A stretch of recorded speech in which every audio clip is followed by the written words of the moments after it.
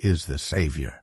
He who troubles you is a Savior, especially the Saviors in the house. The Saviors are the ones who inconvenience us, annoy us, displease us, make us angry, trample on our feet in the streetcar. They are our Saviors who tell us to do what we don't like. All that is evil is God. Unpleasantness saves us. Exactly what we refuse and reject does us the greatest possible good. Everything we reject and hate saves our soul. All suffering is against the ego. It's bad for the devil, but it's soul-saving, and we must. Our spiritual evolution is equal to our power to accept every day everything that comes to us, no matter what it is, whatever it is, and whatever God gives us. Total acceptance and no expectations. When does forgiveness of sins take place? When your unhappiness comes, everything we put first will be destroyed. When you put anything in this world first, you can't love. The presence of God is a joy, a cheerfulness. It is not a sadness. Sadness is when we seek more of our own good, and He comes and forcibly brings us to our knees. The joy of life is gained only to the extent to which you resist more your own good. You reject comforts, the easy, the pleasant, the comfortable, the stable, the safe, the savory. You do not fight for your own righteousness and truth. You agree with all opinions. You let yourself be used. You give precedence to others. You always go down. You go down, you go into the divine. The most wonderful monastery is in the world. In the midst of the attractions of the world, not to want them. That's what its attractions are there for, to elevate you, to make you not want them altogether, and thus overcome matter, its attractions. Life itself is not bad. Pleasures are not bad. You go towards life, but you don't go all the way. At some point, when you feel that you're going to fall, that you can't do without those joys, have the strength to say no, get up, and walk away. Life is not bad. There is God, but He wants to see what you put first. You put matter first, which is secondary. You get attached and become aggressive, then you attack the universe. You will summon suffering yourself.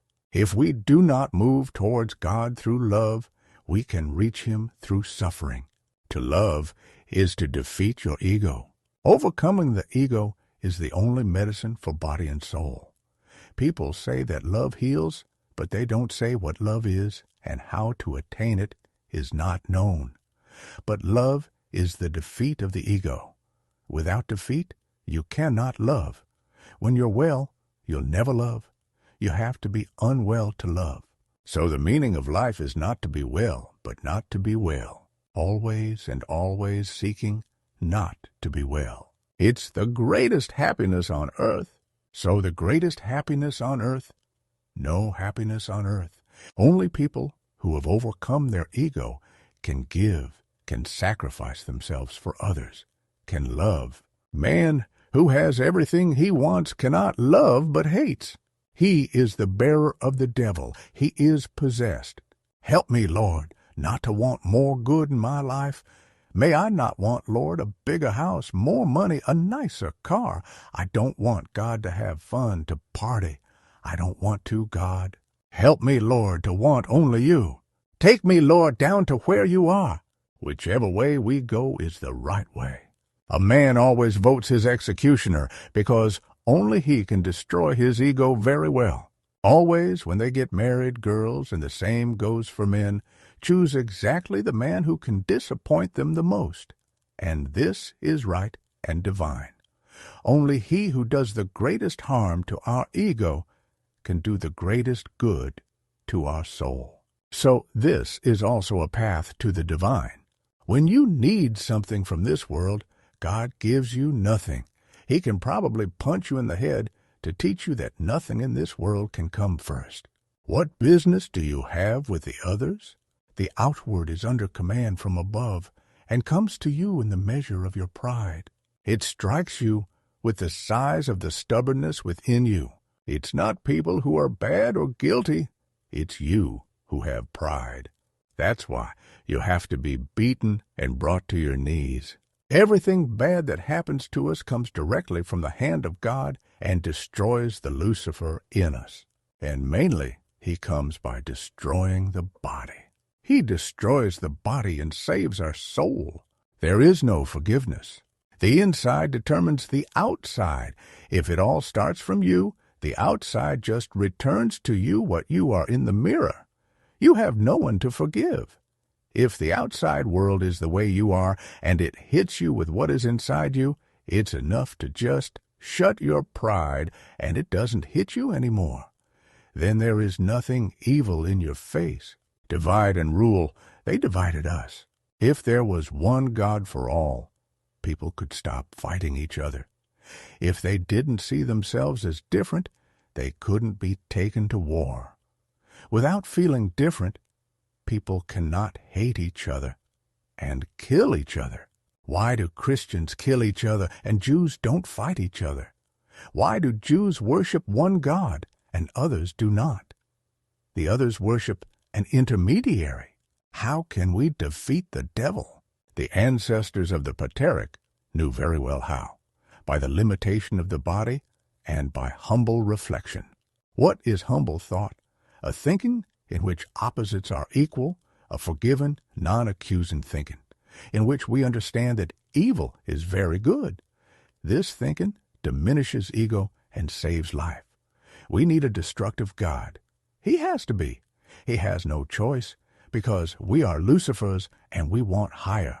I, man, am Lucifer, the incarnate ego, the stubborn and impudent and wicked one who was cast down to earth by God, that I might remember the source from whence I came through great suffering.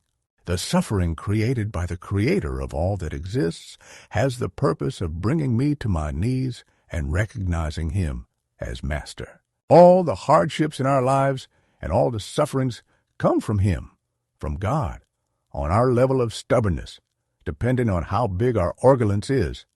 And self-denial, the personal defeat, sacrifice, self-sacrifice, is the healing of our soul. If we do not do this voluntarily, on our own, it will bind us, force us, and forcibly subdue us, and hence suffering. To get rid of Satan, you must give your good. Satan is more your good. God is in personal sacrifice. God is not in worship, ritual, or prayer. It is in our deeds, in our personal sacrifice. Who does the ritual? Not the ego, Lucifer. The soul is a servant. It only lets itself, sacrifices itself, and so it unites with God. What can we do for those who have gone to the other world? They feed on our love. The more we give and do everything for others, we strengthen ourselves with love, and our love helps them too, because it is a link in the afterlife. The world gives you absolutely nothing. We wait in vain for love. She can give you nothing. All love comes from you. The cake, or the man we love, is the occasion which brings love out of us. We rejoice with the love within us. The cookie brings out the energy in you, and you enjoy the energy in you. You are a divine being, and you are only interested in giving. You don't need outside love for someone to love you.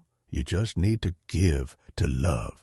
You came here just to give. You came to take nothing. You need absolutely nothing. The soul needs nothing from outside. It has everything. The world is a low matter that cannot satisfy him. Nothing in this world can satisfy him except the divine. So we have come only to give. The division into good and evil is the real sin. It is unique. It is only one, which leads to idolatry, idealization of one side, absolutization of holy ideals, virtues, philosophical or religious principles, and absolute rules. The moment we raise something higher, we will hate everything that does not correspond to holy ideals. And behold how easily we demonize ourselves. Hatred is the very hell and presence of the devil. For the one who does not hate, there is no devil and no hell. Hardship and suffering are the real miracles, but we don't recognize them. The greatest miracles are the troubles, inconveniences, pains, hardships, difficulties through which we pass. God gives them to us to lower our pride, to save our lives. It attacks the Lucifer in us. Any intervention from the outside is a strengthening of our ego, a defense of Lucifer, an intervention that will call for greater suffering. Everything we reject saves our lives. God usually gives us only evil. If He gave us good, He would strengthen the ego, and He can't do that, because it would mean putting matter first, and matter takes our life. So He defends life and doesn't want to kill us. The important thing for Him is that each one of us should carry our divine lessons to the end and suffer to the utmost, because through suffering and loss, man becomes wise. Through good, his ego is strengthened. Through suffering and loss, it is destroyed. God does not give us more than we need. Anything more than that, we snatch from life. And, in fact, we take from our future and our children's future. This more is taking from our lives, taking from our future and our children's future. It is the most dangerous thing in the world. This better, more pleasant, more comfortable, more stable, more secure, more savory. It takes our energy from the future and consumes it on pleasure, easy, and comfortable. The soul comes here to defeat its ego. Ego represents all the programs of resistance, of fight, of hate, of internal aggressivity. The greatest treasure on earth is not to have a rebellious ego, to keep it down completely, because in the absence of ego, your life blossoms and becomes extraordinarily beautiful. Holy is only the one who accepts equal opposites and behaves that way. Sometimes it is evil, sometimes it is good, sometimes it is just, sometimes it is unjust, depending on the situation as God is with us. He is who He is. Life with plus and minus, good and bad, sin and sinless, just and unjust. This is life. Have you moved away from Him, or have you moved closer? If you go down, God is with you and will protect you. If you go up, He will punish you, crucify you, and there is no escape, because we have turned away from Him. The higher you go, the farther you go from Him. Self-iving is the encounter with God. Prayer is not meeting God, because you are not doing what God does. God sacrifices Himself. He is our servant. If you do not sacrifice yourself, you do not worship Him. Only self-sacrifice of one's own good is the worship of God. Prayer is something pleasant. You go with Lucifer to church, and Lucifer asks more good for himself. Bullshit. God will never give him anything. That's why He's always putting us on nutshells. Always. What people choose, they choose according to their level of ego, of egoism, and their choice cannot be commented on, nor can we change absolutely nothing. There, in that personality, God is at play. God is there, the one who chooses badly. He chooses as he has to choose according to that man's level of pride, that is, according to how many sufferings and kind of pains he has to receive, the kind of confrontations he has to enter into in order to come to wisdom, understanding, and love, whatever it is. That would be a real prayer. Take from me, Lord, all that is superfluous, for it does not help me. It hurts me. Take from me, O Lord, my wealth, my comforts, my ease, my pleasure. Take from me, Lord, the stability, the security of life. Take, Lord, my Savior. Help me, Lord, to give up